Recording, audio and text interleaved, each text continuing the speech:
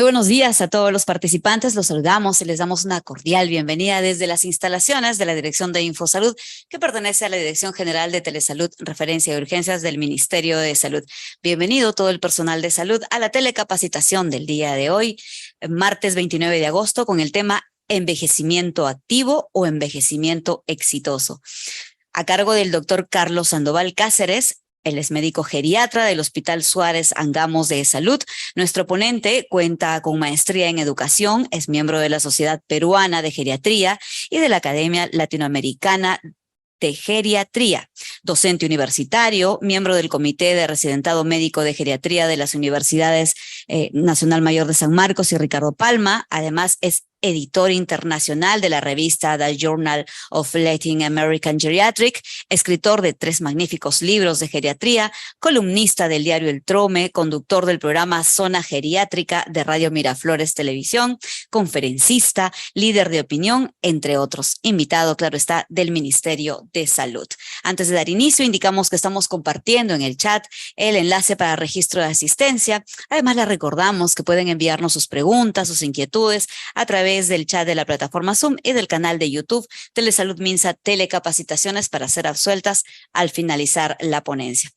Iniciamos entonces. Muy buenos días, doctor Carlos Sandoval Cáceres. Es un honor tenerlo con nosotros. Bienvenido y adelante. Lo escuchamos, doctor. Buenos días, muchas gracias por la invitación a Infosalud del Ministerio de Salud.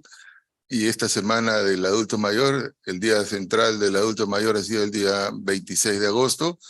Rendirle un caluroso saludo a todos los adultos mayores del país por su día y rendirle homenaje a todos los adultos mayores víctimas de esta pandemia del COVID, en donde el gran perdedor, la gran víctima del COVID fueron precisamente los adultos mayores, el grupo vulnerable que fue donde más muertes hubieron y que lamentablemente fue el sector más discriminado, porque cuando había una cama UCI, no se la daban al adulto mayor, sino se la daban a otra persona joven, independientemente si el adulto mayor podía resistir los servicios de UCI, o si hubiera sido una buena persona, como una recompensa, un maestro, un educador, una persona, sencillamente por ser adulto mayor fue discriminado. Lamentablemente es nuestra realidad. Y bueno, el día de hoy, contento de tocar estos 2 temas, envejecimiento activo y envejecimiento exitoso, que son 2 temas completamente diferentes. Muchas veces los confundimos y que ahora lo vamos a desarrollar. Acá en la primera diapositiva, normalmente las pirámides poblacionales tenían una puntita bien aguda como forma de triángulo, en donde era el sector de adultos mayores, y la base era bien ancha, que era el sector de jóvenes. Hoy en día esa punta se ha abierto y ahora cada día hay más adultos mayores. Hoy en día la gente vive más, ha aumentado la esperanza de vida en todo el mundo y en nuestro país no es la excepción. En todo nuestro país ha aumentado la esperanza de vida y aparte los nacimientos han reducido. Ahora las familias ya no tienen 6, 7, 8 hijos, tienen 1, 2 y a veces no tienen hijos. Y la edad gestacional de la mujer se ha desplazado desde los 15 a 16 años a la base 3. Las mujeres se están embarazando ahora de 35, 36 años. Eso hace de que haya disminuido la tasa de natalidad.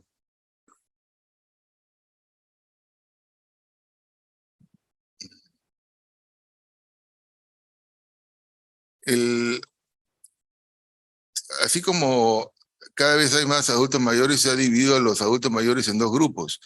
El de young old, que es los viejos jóvenes, y no es jerga, suena como jerga cuando digo viejo, pero no es jerga, es aquel grupo comprendido entre 60 y 80, es decir, la gente de 65, 75, que antiguamente eran considerados ya ancianos. Hoy en día una persona de 65, 75 no se considera anciano, es una persona que está completamente funcional, activo, haciendo su vida propia, realizando viajes y con proyectos. Mientras que el sector de las personas mayores de 80 años sí es el grupo poblacional que más requieren los servicios de salud, los hospitales, las emergencias. Ese grupo se llama el Old y es el que está creciendo más. Y ese es el problema de salud pública en todos los sistemas, ver el tema de los Old. 2 conceptos que quiero que queden claros es la transición demográfica, es decir, un cambio de una población de pocos adultos mayores y muchos jóvenes, y se invierte, más adultos mayores y menos jóvenes. Eso está sucediendo en todo el mundo. Y así como hay una transición demográfica, hay una transición epidemiológica, es decir, antiguamente la gente se moría de enfermedades agudas y dentro de las agudas las infecciosas. Si alguien en el pasado tenía una tuberculosis, se moría, si sea un príncipe o un rey en Europa o acá. Pero hoy en día, con el descubrimiento del antibiótico, estas enfermedades se han controlado y hoy en día las infecciones ya no matan como mataron en el pasado. Las diarreas, las neumonías. Antiguamente, cualquier adulto mayor que tenía neumonía era sinónimo de muerte. Hoy en día, la neumonía no deja de ser una enfermedad grave, pero sí tiene tratamiento. Pero las que han resurgido son las enfermedades crónicas, que también se llaman enfermedades no transmisibles, como la hipertensión, la diabetes. El problema de estas enfermedades crónicas es que producen discapacidad a largo plazo. El hipertenso va a desarrollar en el futuro un infarto, una insuficiencia cardíaca o una enfermedad cerebrovascular. El diabético puede terminar amputado, puede terminar ciego. Entonces, estas enfermedades crónicas pueden desarrollar discapacidad y dependencia.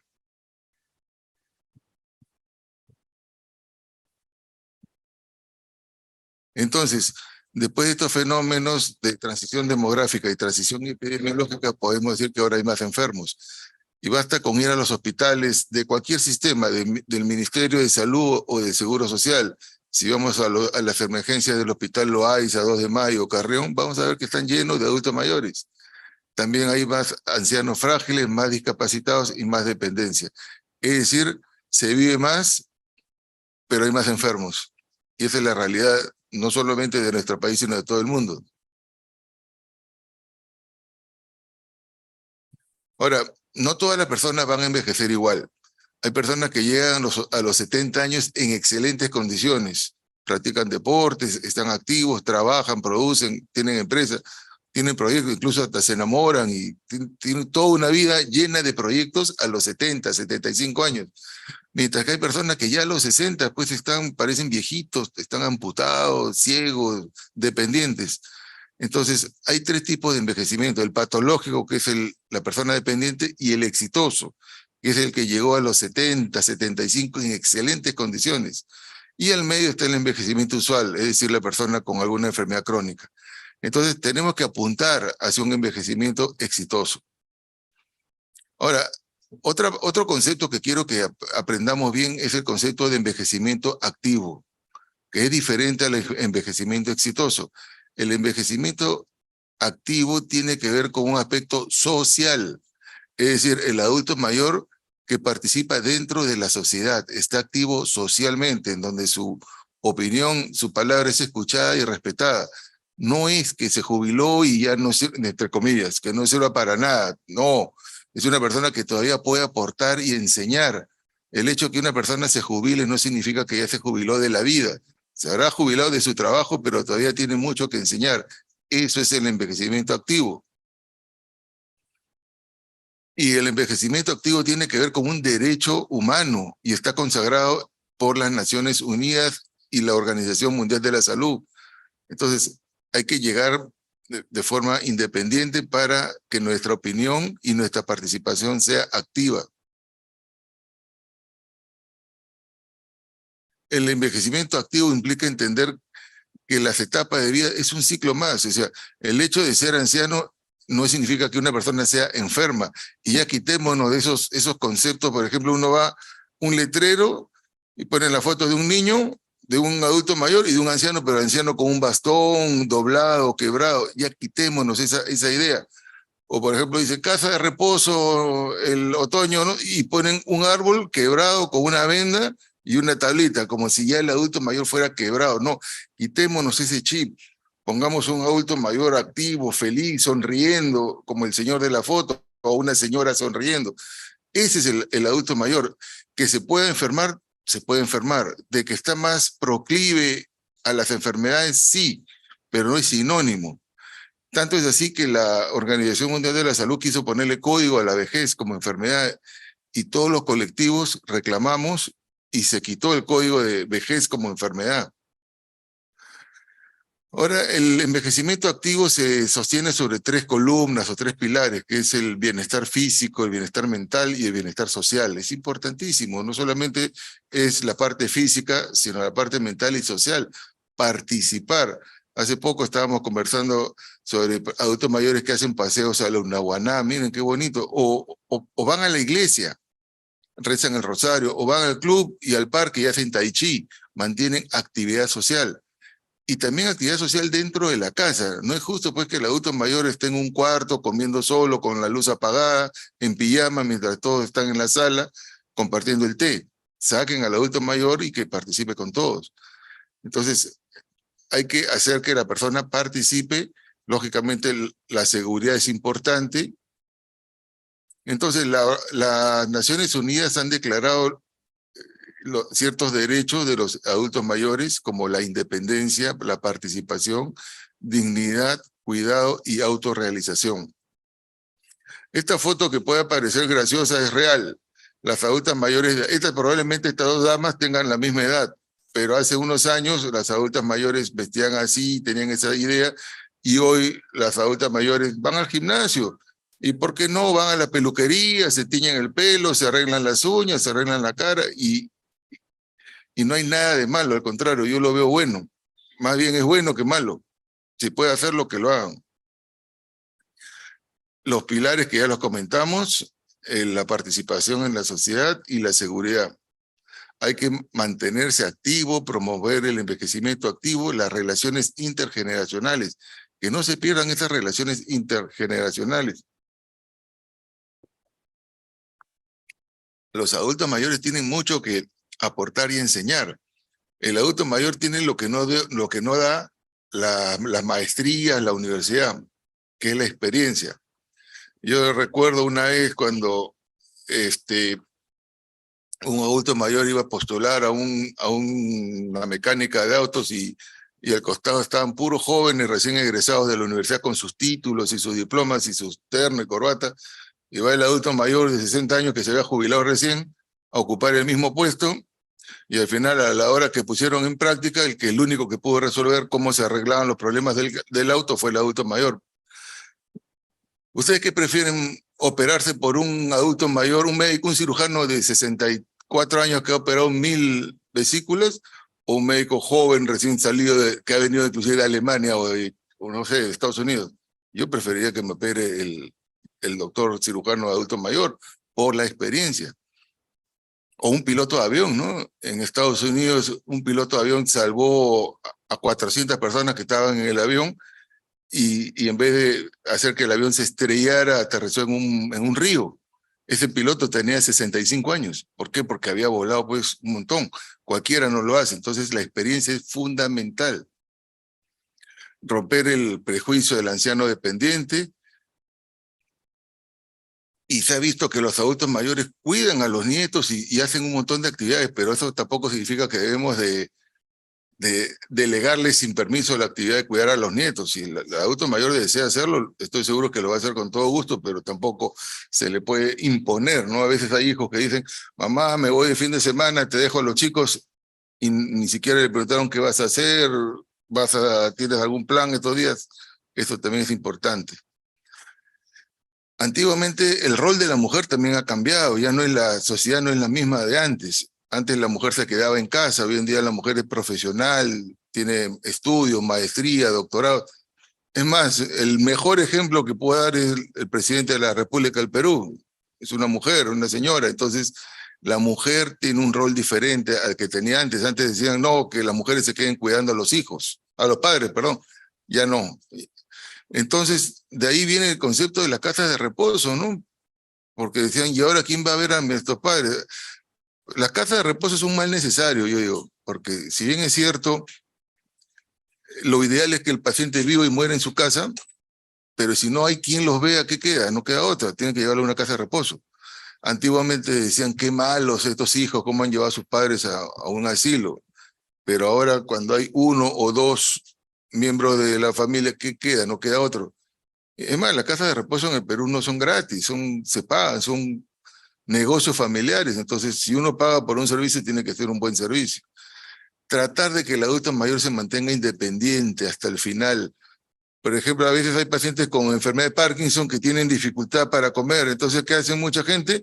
Les da de comer en la boca. Eso está mal porque los anulan.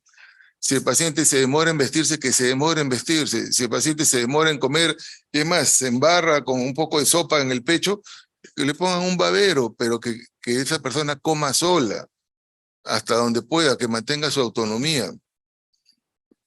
Esto ya lo comentamos, los pilares del envejecimiento activo, que es mantener un estilo de vida saludable, actividad física, actividad mental, nutrición, los chequeos, actividad cognitiva. Dentro de las desgracias del COVID, porque al final no todo fue desgracia, también nos ha permitido la comunicación a través de estas redes, estas señales como el Zoom, el Meet, que es lo que estamos haciendo en estos momentos, ¿no? Yo me estoy comunicando con ustedes y ustedes seguramente van a dejar sus preguntas y sus comentarios y estamos a una distancia, muchos están en el interior del país. Los adultos mayores están usando internet, están usando el WhatsApp, el Facebook y se están comunicando con sus amigos del colegio, sus compañeros de universidad que ya no se veían. Eso es importante, mantenerse activo. Así se equivoquen y a los chicos que tengan paciencia cuando el papá les pregunte, hijo, ¿cómo funciona esto? ¿Qué botón aprieto? Explíquenselo, pero con lentitud, porque vienen los chicos, papá, mira, se aprieta acá, no sé, y entonces no se desesperan los muchachos, tengan paciencia, atender las emociones, la depresión, la ansiedad. La depresión, por si acaso, no es normal, la depresión es una enfermedad. Eso de que pon de tu parte, sé fuerte, ya te va a pasar, sé valiente, eso es mentira. La depresión es una enfermedad como si fuera diabetes, hipertensión, que requiere un tratamiento médico y psicológico. Participar en la sociedad, sentirse necesario. Como ya les mencioné, a veces el adulto mayor sabe mejor arreglar un auto que cualquier joven, y lo mismo, hay señoras que saben cocinar, tienen la receta de la papa a la huancaína que no la hacía nadie, entonces pregúntele a sus adultos mayores o en tejidos, etcétera. Para ir terminando, vamos a ver lo que es el envejecimiento exitoso. Ya en el año 87 al 98, dos científicos, Rowe y Kahn, definieron lo que era el envejecimiento exitoso. Es llegar bien a los 65 años, a los 70 años de independencia física total y social y trabajar y producir. Esa es la idea. Ausencia o baja probabilidad de enfermar, mantener la actividad cognitiva y funcional y un alto compromiso con la vida. Mantenerse, sentirse útil. Miren, acá tenemos en el envejecimiento exitoso el compromiso con la vida, el alto nivel cognitivo. Tenemos que el adulto mayor tiene que mantener su parte cognitiva activa, lean, estudien, aprendan, no se sientan que por ser jubilados ya no van a aprender, al contrario. La persona que se jubila y de ahí no tiene proyectos, ahí empieza el envejecimiento. Vean a la jubilación como una oportunidad. Y otra cosa que recomiendo en los trabajos, hagan actividades prejubilatorias, preparen a su personal para que se jubile, para que no se depriman, y ahí entran los trabajadores sociales y los psicólogos. Mantener la capacidad funcional, es decir, mantener la independencia.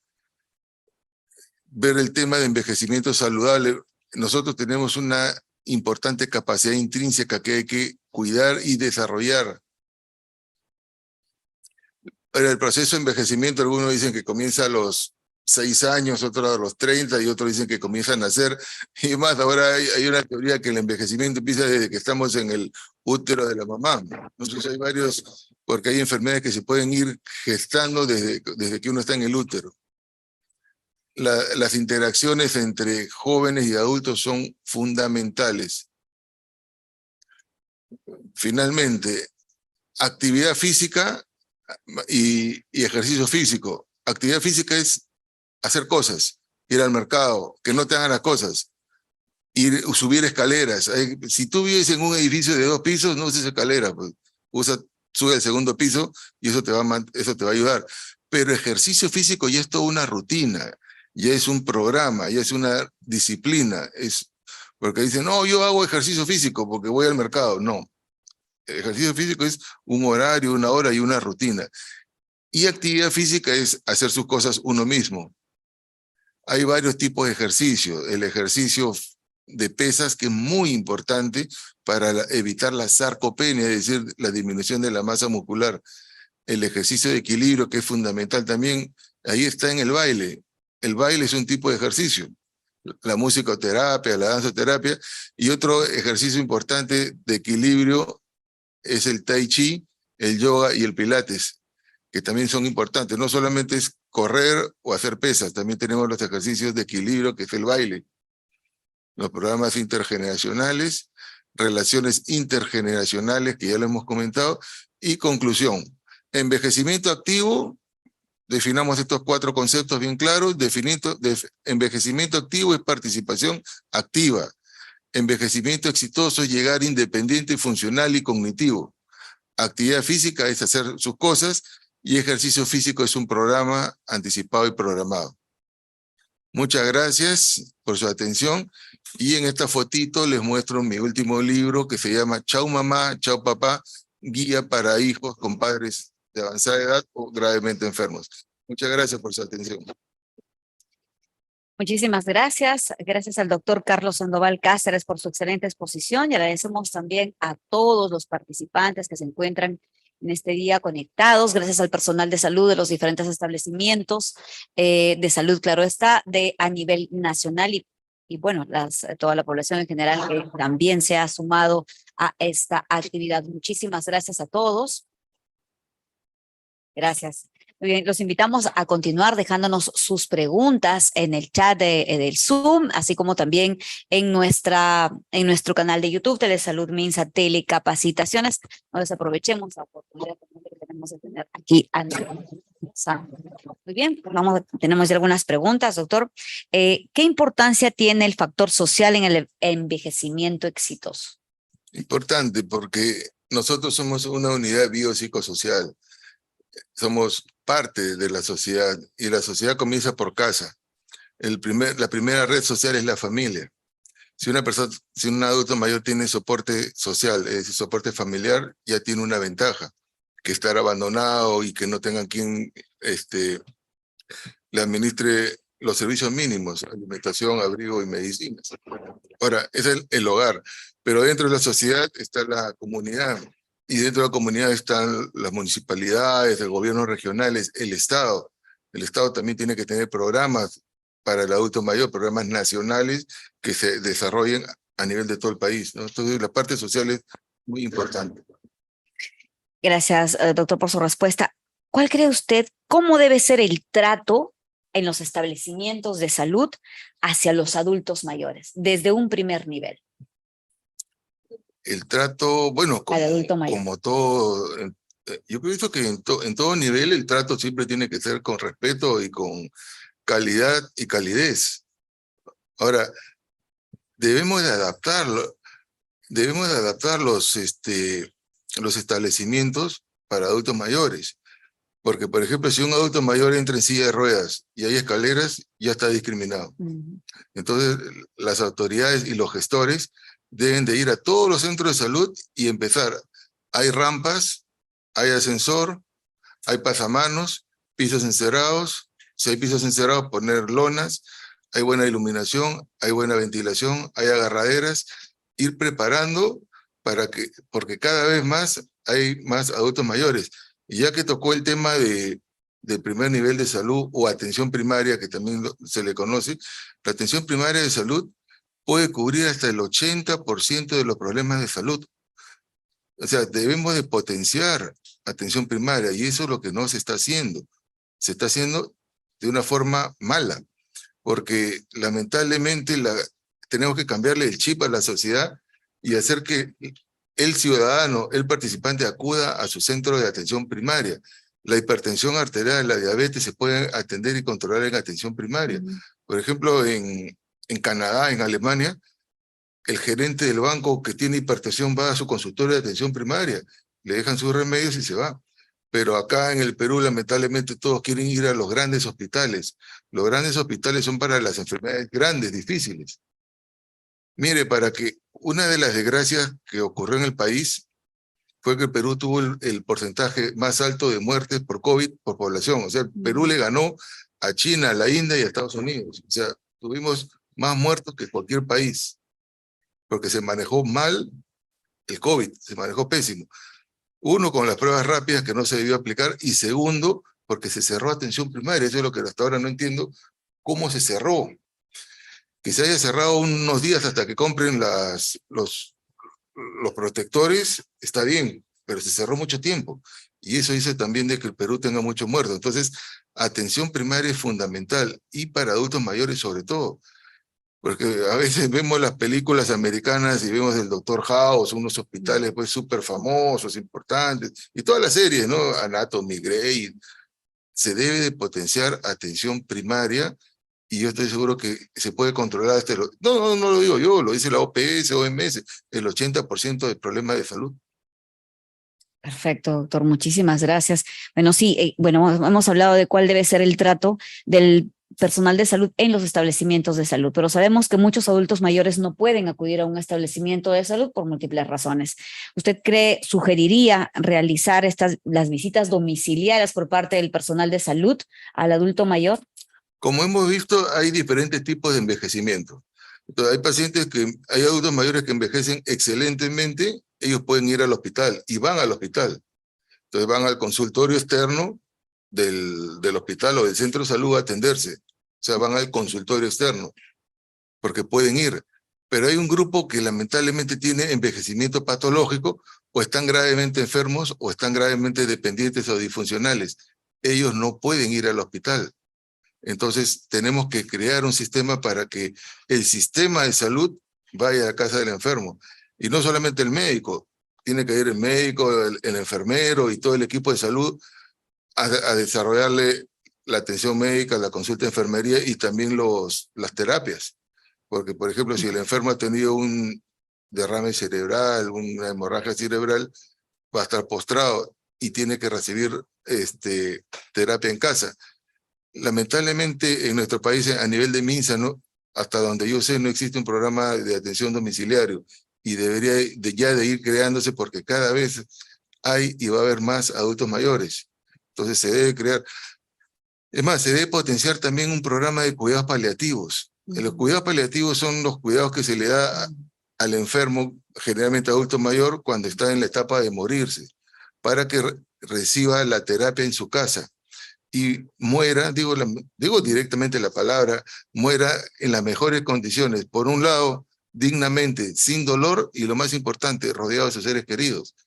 Cuando el hospital ya no te va a dar más que lo que puedas recibir en casa, es mejor que el enfermo esté en su casa. Pero tampoco puede estar abandonado a su suerte. Tiene que tener un equipo de salud que lo guíe, médicos que hagan las indicaciones y profesionales de enfermería que le administren, por decir, la morfina o cualquier procedimiento de enfermería importante. A veces hay que cambiar sondas o poner enemas, qué sé yo, pero esos cuidados paliativos tampoco existen. Entonces debemos de potenciar.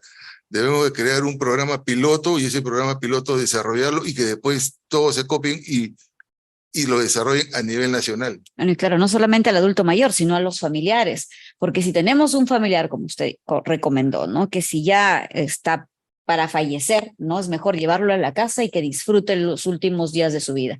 Pero a veces el familiar no quiere, ¿no? Se opone, quiere que se salve a su adulto mayor, su papá, su abuelito, qué sé yo. Entonces pide que esté en un establecimiento, en un hospital, para que esté mejor cuidado, ¿no? Entonces a la familia también debemos de orientar. Definitivamente hay un triángulo, ¿no? La familia, el enfermo y el equipo de salud. Entonces, sí, cuando ya se le orienta y se le explica a la familia lo entiende. Pero el problema es que a veces dicen, pero ¿quién me lo va a atender? ¿Quién me lo va a ver? Entonces, si hubiera un programa de atención domiciliaria, va el médico. Salud tiene un programa de atención domiciliaria que funciona, no perfectamente, pero funciona. Entonces MINSA debería de tomar esos modelos para que tampoco nuestros enfermos de MINSA no se queden discriminados desde ese punto de vista. Gracias, doctor. Bueno, hemos hablado, a veces la publicidad, etcétera, etcétera, va dirigida hacia al adolescente, al joven, ¿no? Pero ¿qué impacto tiene el envejecimiento en la población? Yo pienso que tenemos que hacer campañas para ir sensibilizando a nuestra sociedad sobre el adulto mayor. Por ejemplo, este sábado se celebró el Día del Adulto Mayor.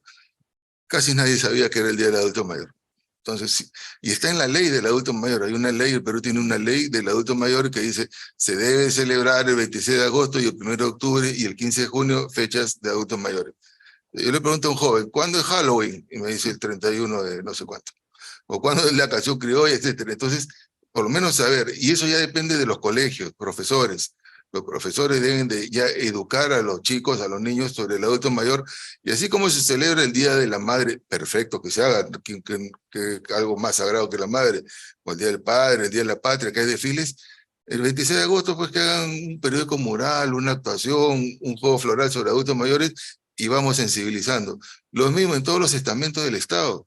Si es una ley, en todos los ministerios, gobiernos regionales se debe cumplir, que todos los trabajadores hagan un periódico mural sobre el adulto mayor para ir sensibilizando. El Perú tiene muchas leyes, existe la ley del Alzheimer, la ley del adulto mayor. Por ejemplo, hay programas nacionales que más que bien ahí están, algunos funcionan bien, algunos no funcionan bien. Hay la ley, por ejemplo, para no hacer colas en los bancos, y sí se cumple, ¿eh? Entonces, eso salió por una ley. Entonces, tenemos que ya preparar al gobierno y al Estado en general, no al gobierno, al Estado, a prepararnos que el mundo está envejeciendo y nuestro país también. Gracias, doctor, por su respuesta. Bueno, sí, ¿no? Deberíamos tener también nuestros aliados estratégicos, ¿no? Las municipalidades, por ejemplo, para poder trabajar y recordar, hacerle recordar a la población que existe esta etapa, porque al final todos, o bueno, la mayoría, vamos a llegar a la etapa de adulto mayor. Muchísimas gracias, doctor. Respecto a la sexualidad en el adulto mayor, también debemos llevar a nuestros adultos mayores a recibir consejería, o a cómo afrontar esta etapa dentro de la adultez, del adulto mayor, bueno, en este caso, ¿no? La sexualidad en el adulto mayor es una etapa completamente normal. Y es sorprenderse, a veces la gente socialmente hace prejuicios y cuando hasta chistes de mal gusto, ¿no? Cuando un señor está enamorado le dicen viejo verde y cuando la señora está enamorada, viuda no sé cuánto. Entonces hacen chistes malos y no hay nada de malo de que una persona adulta mayor se enamore y desarrolle una vida sexual normal. Es completamente normal, así como existe una sexualidad infantil en donde el niñito se enamora de la profesora y no es que el niño quiera tener algo con la profesora, sino en su imaginación se imagina que el niño va a rescatar a la profesora y se la va a llevar en un unicornio, qué sé yo, dentro de su mente infantil. El adolescente, el niño, el adolescente, el adulto tienen su sexualidad por etapas, la del adulto mayor también, y es completamente normal. Ahora, a veces confundimos sexualidad con relaciones sexuales, con coito, y no es necesariamente, la palabra sexualidad es mucho más amplia. Por ejemplo, una monja puede tener sexualidad, no tendrá relaciones sexuales porque tiene ya un juramento, pero sí tiene su sexualidad y es sexualmente normal, lo mismo que un cura, siempre y cuando sean derechos, ¿no? En el caso de los curas, pero entonces confundimos relaciones sexuales con sexualidad y son dos cosas diferentes. Y ya les digo, es completamente normal la sexualidad en la tercera edad, deben de recibir orientación. Y es más, también así como los jóvenes se les dicta clases de enfermedades de transmisión sexual, también se les debe transmitir a los adultos mayores, porque sobre todo varones, ¿no? Porque tienen relaciones. Entonces, lo que usted dice es importante, se debe también no discriminar de ese tema a los adultos mayores. Perfecto. Muchísimas gracias, doctor. ¿Con qué frecuencia debería llevarse al adulto mayor o, bueno, acompañarlo? Si estamos utilizando malos términos, a que se realice un chequeo, tanto a un adulto mayor que parece que tiene una vida exitosa, una madurez exitosa, y a uno no tanto, ¿no? ¿Con qué frecuencia hay que llevarlos a su chequeo? Mire, si el adulto mayor está controlado, si tiene hipertensión, diabetes, colesterol alto y está controlado, podría ir cada 3 meses a consulta externa y lógicamente que se le administre una receta para 3 meses. Pero depende del sistema de salud, porque hay sistemas de salud que solamente te dan receta para 1 mes, entonces tendría que ir todos los meses. Pero si el paciente está estable y puede recibir su receta para 3 meses, para que ya no haga tanta cola y tanto padecimiento de conseguir la cita, estaría acá, si es que está estable. Pero si está descompensado, inclusive puede ser hasta diario. Pero si está estable, cada 3 meses. Ahora, a los adultos mayores existe una herramienta que tenemos los geriatras que se llama la valoración geriátrica, en la que no solamente no nos limitamos al diagnóstico. Es decir, el paciente tiene neumonía y lo trata de neumonía. No, vemos toda una evaluación desde el punto de vista biopsicosocial. Evaluamos si tiene depresión, si tiene ansiedad, si tiene Alzheimer, si tiene trastornos de incontinencia urinaria, si tiene caídas, si tiene falta de sueño. Porque a veces lo frecuente no significa que sea normal. A veces dicen, mi mamá se orina, es normal porque es adulta mayor, y no es normal. Mi mamá tiene dolores, es normal. Por favor, el dolor no es normal, nunca es ni será normal. Si una persona tiene dolor, trátenle el dolor. El dolor es un tema de derechos humanos. Por derechos humanos no permitan que su enfermo tenga dolor. Se le da desde lo más simple, que es el paracetamol, que se puede vender sin receta, y ya se va subiendo en complejidad a analgésicos más potentes hasta llegar a la morfina. Y no tengan miedo de recetar morfina a los médicos, sobre todo los médicos jóvenes, que todavía, cuando el enfermo lo requiere, es preferible que tenga morfina que tenga dolor. Pero lógicamente para eso ha pasado una serie de etapas. De repente ya el médico especialista es el que da la morfina cuando el paciente no responde a ningún analgésico, pero si hay que darle, hay que darle, porque nadie tiene que tener dolor y mucho menos morir con dolor. Yo he tenido oportunidad de ver pacientes con alaridos, con dolores, digo, pero ¿por qué está así? No, es que ya no responde, entonces dale morfina y un hipnótico y hagamos lo que se llama sedación paliativa. Es decir, dormirlo sin hacer eutanasia. Esto no es eutanasia de ninguna manera, pero por lo menos mi enfermo no tuvo dolor. Entonces, a veces consideramos muchas cosas frecuentes como normales.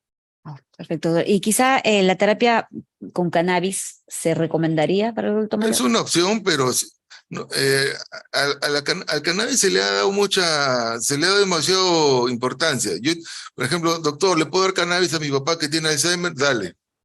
Le dimos, lo observamos 3 meses, no mejoró nada. Donde se ha visto que puede mejorarse en algunos tipos de epilepsia y no todos. Y en algunos enfermos con Parkinson y en no todos, pero para dolor no necesariamente. ¿Eh?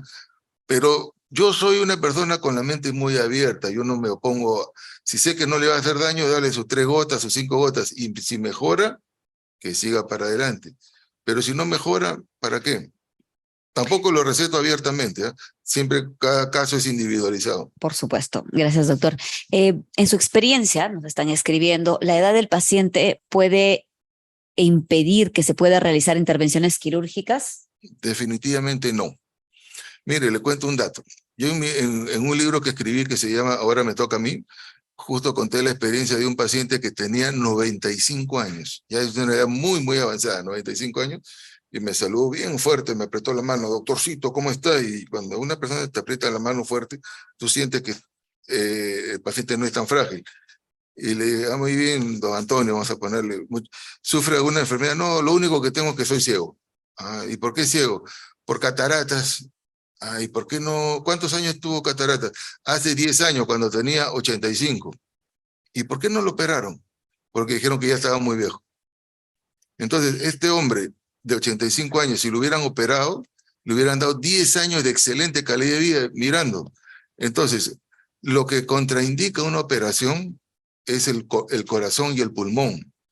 Entonces, si el enfermo pasa el riesgo quirúrgico, lo pueden operar, pero si el cardiólogo dice no va a aguantar la operación porque su corazón está enfermo, no entra, porque efectivamente no es por la edad, sino porque el corazón está enfermo y no va a aguantar la operación. O un enfermo de los pulmones que ya tiene los pulmones enfermos, satura 89, 88, no va a aguantar la operación. Entonces, lo que puede contraindicar son los riesgos. Es más, antiguamente, cuando recién se abrían las unidades de cuidados intensivos, porque las unidades han aparecido a finales de los 70, inicios de los 80, uno de los criterios para ingresar a cuidados intensivos era ser joven. Y los adultos mayores no ingresaban a cuidados intensivos. Los trasplantes de órganos también. Entonces, hay trasplantes de órganos en adultos mayores, sobre todo de riñón. Ya hay adultos mayores que reciben riñón. Entonces, la edad no. Gracias, doctor. ¿Cómo se puede promover un envejecimiento activo en los jóvenes y en los adultos mayores? Hay dos conceptos primero. Por un lado existe la promoción de la salud y el otro lado es la prevención de la enfermedad. Promoción y prevención. Promoción de la salud, prevención de la enfermedad. Promoción de la salud es promover todo lo que es bueno. Deporte, dieta sana, vida activa. Entonces, uno tiene que ir preparándose ya desde joven. Ahora, ya a veces es bien común que vienen a la consulta y dicen, doctor, me duelen los huesos, quiero un tónico. No existen los tónicos. Quiero algo que me dé energía. No existe. ¿Saben lo que da energía? Masa muscular. Hagan ejercicio de pesas. En los músculos y en todas las células hay unas estructuras que se llaman mitocondrias. Esas mitocondrias generan energía. O sea, la mitocondria sirve para generar energía, para generar ATP, que es la energía pura. Y eso se desarrolla conforme se desarrolla la masa muscular. Entonces, si uno quiere tener un envejecimiento activo, que empieza a hacer ejercicios, no solo de correr 20 minutos, esas maratones ya se ha demostrado que tampoco son tan sanas. Son extremos que, bueno, salen en televisión, pero lo ideal es media hora, 20 minutos, y pesa para desarrollar. Y es más, cuando uno tiene ejercicio, la columna se va para atrás y uno no se joroba, porque al no haber ejercicios musculares no se está desarrollando todos los músculos, que también tenemos músculos en la vértebra, entre vértebra y vértebra hay un montón de músculos. Y la prevención de la enfermedad, tenemos 4 niveles. El nivel primario, que es las vacunas. La prevención primaria es antes que ocurra la enfermedad, entonces vacunas. El segundo es cuando tamizajes, cuando ya está la enfermedad, pero el enfermo no lo sabe. ¿Eres hipertenso o no? Tómenle la presión y eres hipertenso. Eso se llama prevención secundaria. Entonces vamos a darle tratamiento para que no, esa hipertensión no termine en una insuficiencia cardíaca. Entonces, esos tamizajes, por ejemplo, tamizaje de cáncer de cuello uterino, tamizaje de cáncer de colon, se les hace a los pacientes examen de sangre en heces para detectar enfermedades, que ya las tiene, pero el enfermo no las sabía. Diabetes, algún diabético, hay 100 personas, algún diabético, ninguno. Tómenle un control de glucosa y hay 3%. Eso se llama previsión secundaria. Y la tercera es el tratamiento. Gracias, doctor. ¿Hay algún alimento que sirva para evitar el envejecimiento o, en todo caso, algún alimento que ayude, ¿no?, en esta etapa, o alguna vitamina que usted recomiende, los famosos colágenos, el inyectarle al adulto mayor la vitamina C, el cóctel de vitaminas, algo así que usted recomiende?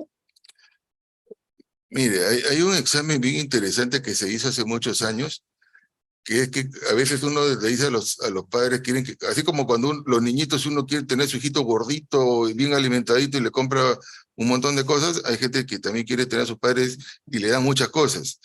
Hay un estudio que las personas que no comen mucho viven más.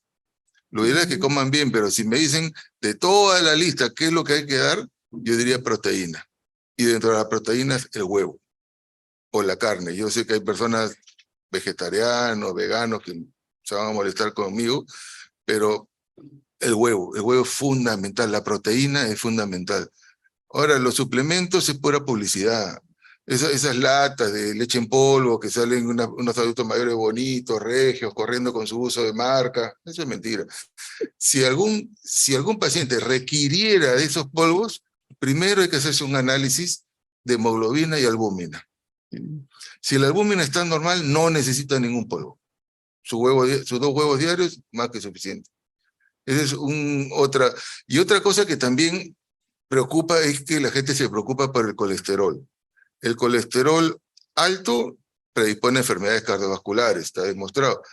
Pero a veces se preocupan por el colesterol alto y no se preocupa por el colesterol bajo. Cuando el colesterol está muy bajo, por debajo de 150, es un signo de desnutrición. Entonces, qué bien, tengo un colesterol de 120. No está bien, estás desnutrido, prepárate, porque al final, ahora, a veces dicen, no hay que comer colesterol. El colesterol hay que comerlo, porque las hormonas tienen una estructura química de colesterol. Lógicamente, con esto no quiero decir que tenga colesterol alto, ¿no? Todo en rangos normales. Pero a veces Inclusive las estatinas, que son unos medicamentos que bajan el colesterol, ya se van a retirar dentro de unos 5 años porque están demostrando que no son tan eficaces como se creía.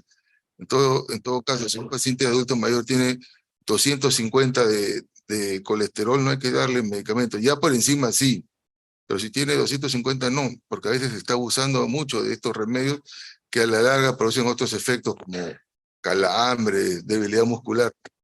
Pero bueno, contestando a su pregunta, ¿qué alimento? La proteína. Es fundamental la proteína. Doctor, respecto a las mascotas, ¿las alejamos o las acercamos al adulto mayor? A veces decimos el pelo de la mascota, que la mascota es sucia, que lo lame, le va a dar algo al pobre, a mi papá, a mi abuelito, o las acercamos para, quizá por su salud mental, ¿no? No, hay que acercarla. Los adultos mayores asumen una responsabilidad en cuidar a su mascota. Tienen un amigo que no lo va a traicionar, que no le va a hacer trampa. Mire, en el Hospital de la Fuerza Aérea, donde yo trabajé hace muchos años y del cual tengo un excelente recuerdo, hay una unidad de cuidados paliativos. Es decir, ellos sí, los militares, como un sector pequeño, tienen una unidad de paliativos y en esa unidad había un señor moribundo. Se iba a morir porque tenía una enfermedad grave, pero no se moría. Y estaba, ¿qué pasa? No se muere, el señor está sufriendo. Y alguien dijo, es que quiere despedirse de su perro. Hablaron con el director del hospital y autorizó que ingrese el perro. Y el perro entró, se abrazaron, lloraron, porque el perro también llora. Lo raspó y al día siguiente o en la noche el señor se murió. Tranquilo. Y al día siguiente murió el perro. Oh, Eso es que yo ¿qué le digo? Y aún así hay videos en YouTube sobre esa historia, pero no, sobre esta historia no, sino historias similares. No, las mascotas, ahora, lógicamente, pues sí, a los perros hay que bañarlos, alimentarlos, comprarles su alimento, vacunarlos, tenerlo como... Si el perro está sano, ¿por qué no va a estar en casa? Y además el adulto mayor tiene un amigo, un compañero, la señora tiene un compañero, no, yo sí soy partidario que tengan mascotas. perfecto. Sí. Muchísimas gracias por esto. Bueno, ya se acerca este mes, ¿no? Se celebra, bueno, no hay que celebrar el Alzheimer, pero bueno, En tenemos, septiembre. exacto, ¿no? ¿Qué recomendación daría usted para las personas que ya cuentan con adultos mayores en casa que sufren de Alzheimer? En el caso de la enfermedad de Alzheimer, uno que hay que aceptar la enfermedad. A veces no aceptan, dicen, no, mi mamá no tiene demencia senil, pero no es Alzheimer. El Alzheimer es un tipo de demencia senil, o sea que hay que aceptar la enfermedad. Una vez que se acepta la enfermedad, asumir que es una enfermedad que no se va a curar, que es progresiva, que es crónica, pero que el paciente sí requiere cuidados y cariño. Ya no es el papá protector, que era el hombre de la casa y que protegía a todos. Ahora al revés, pasa a ser una persona dependiente. O la mamá, que era la que llevaba la casa. Ahora es una viejita enferma. Igualito, hay que tener mucha paciencia. Y muchísima paciencia, porque a veces hay adultos mayores con Alzheimer que dicen, ¿y mi almuerzo? Pues, mamá, ya almorzaste. No, no me ha dado mi almuerzo. Le traen al rato y mi almuerzo. Entonces hay que tener mucha paciencia, pero hay que conocer la enfermedad, aceptarla. Y existen grupos de ayuda, libros, manuales, videos que pueden servir para las personas con la enfermedad de Alzheimer, que el día 21 de septiembre es el Día Mundial del Alzheimer. Y bueno, probablemente vamos a tener un mes también agitado promoviendo el envejecimiento saludable en los enfermos con Alzheimer. Y como usted mencionó, no solamente se trata directamente con el enfermo, sino también con la familia. Así es, muchísimas gracias, doctor. Esperamos que nos acompañes en las fechas próximas al 21 de septiembre. Muchísimas gracias al doctor Carlos Sandoval Cáceres. ¿Tiene alguna recomendación final, doctor, para nuestros participantes? Mantenerse activo físico, mental, social y espiritual. No tengan envidia, rencores. Si te peleaste con un hermano hace 40 años de algo que ya ni saben por qué se pelearon, reconcíliense, estén bien con su espíritu. Y si ya se jubilaron del trabajo, pero no de la vida. Manténganse activo, enseñen, compartan y son útiles. Y bueno, nuevamente un saludo especial a todos los adultos mayores por su día. Gracias por la invitación. Doctor. Gracias, doctor. ¿Y a nuestro personal de salud, alguna recomendación final? Al personal de salud involucrarse. con el tema de adultos mayores, a tener paciencia, pero también todos vamos a envejecer, ¿no? Entonces, y bueno, ya que habla usted del personal, vamos un poquito más arriba y vamos a las autoridades. Concientizar y geriatrizar los servicios de salud. Preparar, así como los colegios nacionales emblemáticos como el Alfonso Ugarte, el Melgarto, cambiaron su fachada y lo pusieron más amigable. Debemos ya también confeccionar los centros de atención de nivel 1, 2, ponerlos más amigables, que parezcan clínicas, porque tiene el concepto de que la atención primaria es una posta médica de tercer nivel. No, tiene que uno ir con seguridad a atenderse. Lógicamente no solo es fachada, es que capacitar y entrenar al personal médico, al personal de enfermería, y potenciar atención primaria. Eso va a ser muy importante. Sí, justo teníamos un comentario al respecto, ¿no? El primer nivel debería recibir mayor capacitación y manejo preventivo, paliativo para el adulto mayor y su entorno. Excelente comentario que nos llega también de nuestros participantes. Muchísimas gracias, doctor, nuevamente. Gracias al doctor Carlos Sandoval Cáceres, médico geriatra del Hospital Suárez Sangamos de Salud. Como les mencionamos, nuestro ponente cuenta con maestría en educación, es miembro de la Sociedad Peruana de Geriatría y de la Academia Latinoamericana en Geriatría, es docente universitario, miembro del Comité de Residentado Médico en Geriatría de las universidades, tanto Mayor de San Marcos como de Ricardo Palma, editor internacional de la revista The Journal of Latin American Geriatric, escritor de 3 magníficos libros, y que por ahí a lo mejor el doctor nos deja un ejemplar para nosotros poder quizá sortear entre todo nuestro personal de salud que diariamente se conecta a las actividades de la Dirección de Infosalud. Bueno, como dijimos, es además columnista de Diario El Trome, conductor del programa Zona Geriátrica, que seguramente muchos de ustedes lo han escuchado, de Radio Miraflores Televisión, es conferencista, líder de opinión y entre otros. Invitado, por supuesto, de la Dirección de Infosalud y del Ministerio de Salud. Ha sido un gusto, doctor, tenerlo con nosotros. Esperamos que nos acompañe nuevamente. Encantado. Y les voy a dar el PDF de mi primer libro, se lo voy a dar a usted para que lo comparta con todos, de mi primer libro que se llama Ahora me toca a mí, cuando el cuidado de los padres pasa a manos de los hijos. Ahora se lo paso. Perfecto, doctor. Gracias nuevamente. Nos ha dejado entonces este excelente regalo, uno de sus libros en PDF para compartirlo con todos ustedes.